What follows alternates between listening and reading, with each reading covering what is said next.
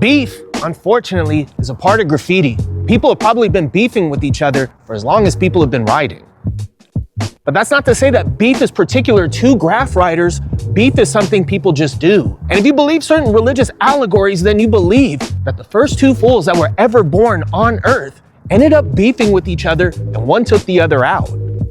So if beef isn't even absent from the Bible, how would it be absent from Graff? And unfortunately, it isn't. And where I live in Asheville, for being a small town that's pretty peaceful, pretty quiet in the mountains, there's actually a lot of beef. And to me, the amount of beef in Asheville is kind of disproportionate to our surroundings, to what this place looks like, what this place feels like. There's a lot more beef here than I figured there would be. But more importantly, what should you do as a writer, as a community of writers, if you have a lot of beef going on? How do you handle it? How do you get over it? How do you move forward? And in this video, we're gonna check out all the above. And to be honest with you guys, we don't gotta go all that far from where we're standing to see some beef. So let's get to it.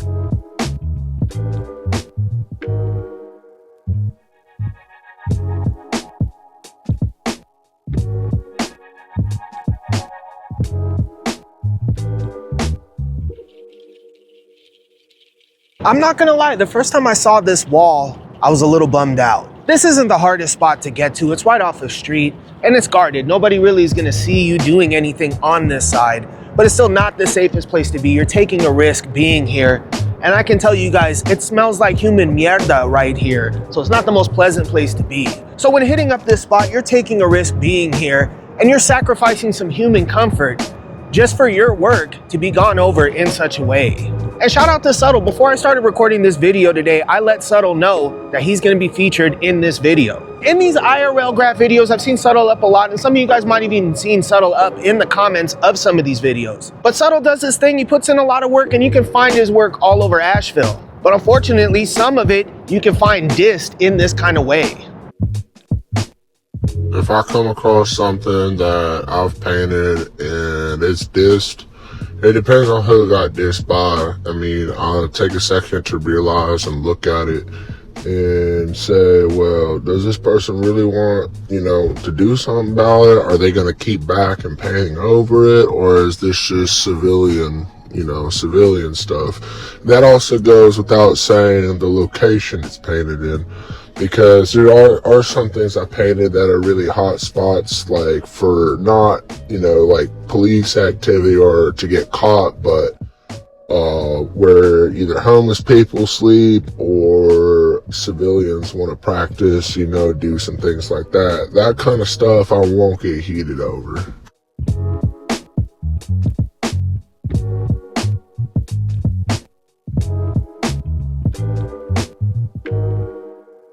And shout out to Dub running with the tiny throw right at the bottom of the wall. But Dub, I gotta let you know, side busting a piece in this kind of manner is gonna have messages like we've just seen left on your work too. So please be very careful.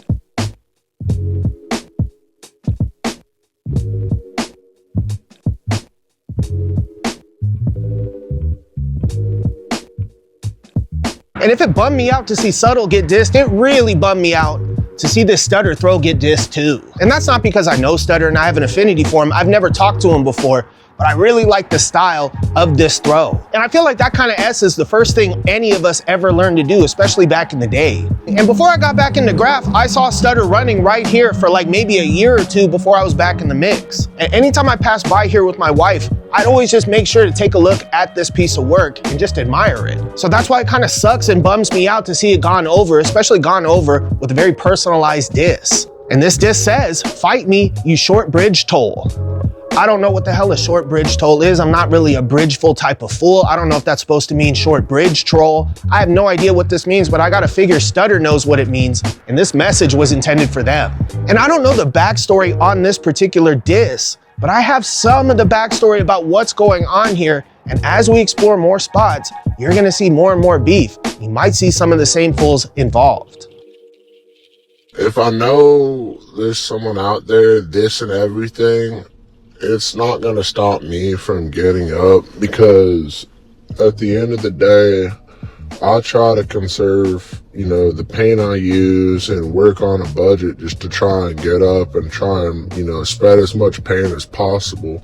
I mean, also, if someone's out there dissing everything, then maybe like I'm gonna start going over their stuff, but I'm not gonna go out of my way to waste my time and paint over somebody that's heated and mad, because, you know, like, it doesn't really matter to me at that point. At that point, you're tarnishing the whole scene. Like, you're not being somebody that's even worth, you know, going back over, or worth my time to do it.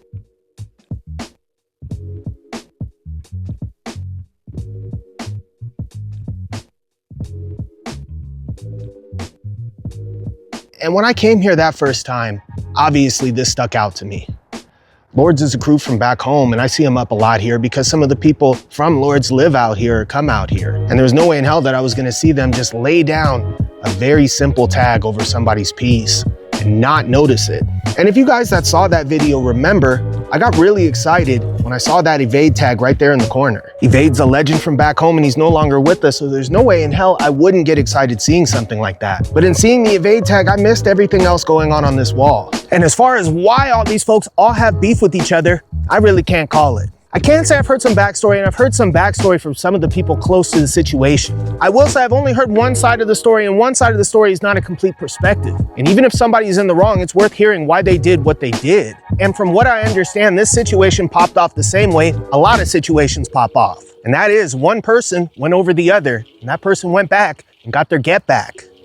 But when this other person got their get back, they got their get back on a lot of other stuff that this person did. And they wrote a lot of messaging on their pieces. And I've heard that this person that went to go get their get back has gotten their get back on a lot of other people out here. And like I said, I don't have a full understanding of this situation. I'm not from out here. I've only been involved in the graffiti scene out here for a limited amount of time, so I don't have an authoritative opinion of what's happened. I can say though, this beef spreading out all over Asheville is having a negative effect on the scene. And it's having a negative effect in my mind because you can come to a spot like this that's super dope, that's burner after burner, and you see a lot of dissing, you see a lot of bullshit in the mix, you see all this stuff that has no place being here. And at the start of this video, I said that beef and graffiti are pretty much inseparable. Where you always have one, you're always gonna have the other. So there's always gonna be some version of this in the mix, even at really dope spots, even in galleries like this, where you see so much work, some of the stuff you're gonna see is gonna be some nonsense. And this was the case back in San Francisco as well, even if it wasn't as common. And the main difference that I see here in Asheville versus San Francisco back in the day is that most of the beef here seems to be between individual writers. And it's individual writers going over each other, leaving little love letters, leaving little messages, instead of just crews crossing each other out and battling, which is mostly what I saw back home.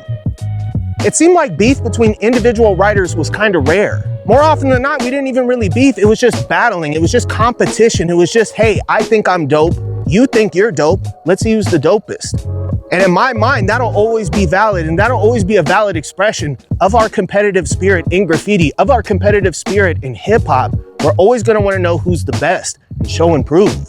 But because all that other crap was floating around in the mix back home, stuff could have became very personal and very ugly. And it just wasn't worth it if all we were trying to do was bomb. But I can say though, if you have somebody that's like a chaos agent, somebody causing a lot of nonsense, kicking up a lot of dust for no reasons, causing problems, that's a situation that needs to be remedied. And I'm not the type of fool to just say something like that and not give folks some kind of solution. So this is what I feel like folks should do if you have one of these kind of people in your scene. First and foremost, if you have somebody in your scene that's causing a lot of chaos, you need to address it. And how you address it is collectively. And you need to be in contact with people in your scene to do something about it. This could be your major factors, this could be your big homies, this could be the people that have been putting it down for a long time in your area, but it could also be the toy fools. It could be the people that are just new to the mix, that are dedicated and want to do things the right way. And everybody needs to be on the same page, and everybody needs to understand what's going on and why. And if it sounds like I'm advocating for fools to have meetings, for fools to get together, sit down, and have collective discussions about what's going on in your scene, that's because that's what I advocate. And there's no way that people can overcome anything without communication and direct engagement with each other, and without building the kind of scene that they want to have. And without that direct engagement, that direct communication, that collective action, people can just do whatever they want. And it's not an easy thing to build something like that up. Some of you guys also might feel like if there's some kind of formalized gathering of writers, if there's some kind of collective association of everybody, that'll make it very easy for the police to infiltrate. And you're 100% right. Something like that is something the police would love to infiltrate and will infiltrate if it exists. But there's a solution to this infiltration problem, and that is being actually cool with the people that write where you live. And if you see somebody all the time, if you kick it with a group of people all the time, you guys are collectively moving. You guys go out and bomb together. You guys spend a lot of time together, do stuff outside of Graff together. If some new fool jumps in the mix and tries to be down, you're gonna see that one coming. And it would be a hell of a lot easier for new fools to get up in the mix, infiltrate, and cause chaos if nobody knows each other. But by being face to face with each other, undertaking collective action, and just spending time, you negate that. And for something like this to work, you definitely need to have the right people in the right positions to affect a change. And to build something like this, you need very outgoing people. You need the people that are already in the mix, that know everybody already, that can just see a line of tags and they know every single person on a wall. However, if this is a person that knows everybody but doesn't treat people well, you're gonna have the opposite impact of what you're looking to execute. And you might be wondering, Connor, when you talk about this type of person, who are you talking about? And frankly, are you talking about yourself? And to keep it real with you guys, hell no.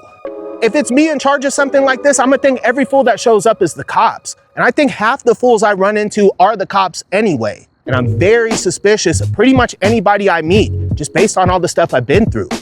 And if you're asking yourself, Connor, why do you take this so seriously? Why do you care if someone just writes a couple of stupid words on a piece? I'll tell you. And that's because anytime you go and hit a piece, it could be the last piece you hit. And it could be the last thing you do. Two of the all-time legends in Graff, King Robbo and Ty, rest in peace to both of them, lost their lives on their last missions. And anytime you go out and hit something up, that can happen to you. And at the end of the day, I think fools need to take some words from the big homie Barney. I love you and you love me. And if you love Graff, let's act like it. And ultimately, we just have each other. This is our thing. This is our world. And we can make the rules, we can regulate, and we can set the agenda for how we want this thing to go. And I think it's time we started doing so.